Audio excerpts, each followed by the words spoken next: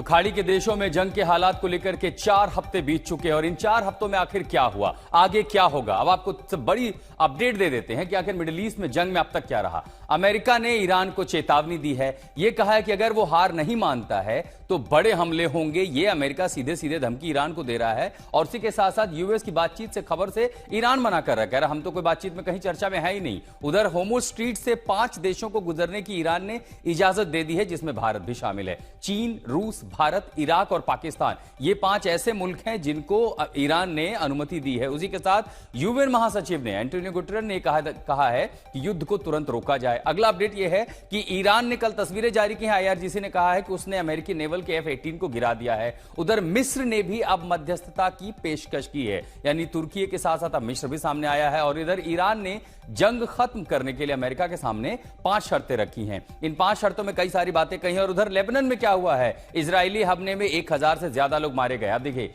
Iran के खिलाफ हमले और टारगेट किलिंग्स को लेकर भविष्य में दोबारा युद्ध न होने की गारंटी हो, ये वो 5 शर्त हैं जो ईरान चाहता है, जिसके बाद युद्ध विराम हो, उसके बाद इसी पर जो है बातचीत आगे हो। युद्ध में नुकसान का मुआवजा भी ईरान ने मांगा है और उसी के साथ कहा है कि जितने मोर्चे हैं, जहां जहां से भी हमले हो रहे हैं, हर जगह से हमलों को रोका जाए। और सबसे बड़ी बात कि जिस हॉर्मुज़ जल डमरू मध्य को लेकर के वैश्विक संकट खड़ा हुआ है, उस पर ईरान के एकाधिकार को दुनिया मान ले। एक बड़ी खबर आपको बता देते हैं, इधर इजराइल ने गजा पर फिर जबरदस्त हमला कर दिया है।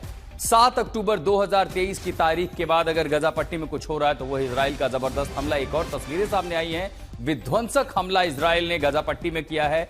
धमाके के बाद वहां अफरा तफरी मच गई है। हालांकि विस्फोट में कितने घायल हुए हैं या कितनी जनहानि हुई है, इसकी अब तक कोई खबर नहीं है, लेकिन यह हमला बहुत जोरदार था। आपको बता दें कि अक्टूबर 2023 से शुरू होकर इजराइल और हमास युद्ध के कारण गजा में भीषण मानवीय संकट है। अब तक लगभग 70,000 फिलिस्तीनी यहां मारे गए हैं। 90% आबादी विस्थापित हो चुकी है। बच्चे, महिलाएं सड़कों पर हैं, खाने का अकाल है। साथ ही वहां पर अकाल की स्थिति के बाद लोगों के सर पर छत नहीं है।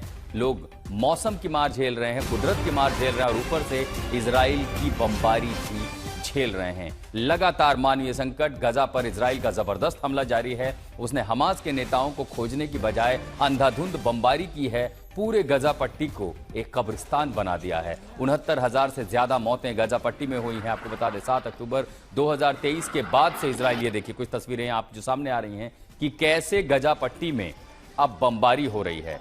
जो इजराइल का दावा था कि वो हमास के खिलाफ लड़ रहा है, 2 साल बाद भी हमास को वो खत्म नहीं कर पाया, लेकिन उसका हमला रिहायशी इलाकों में लगातार जारी है।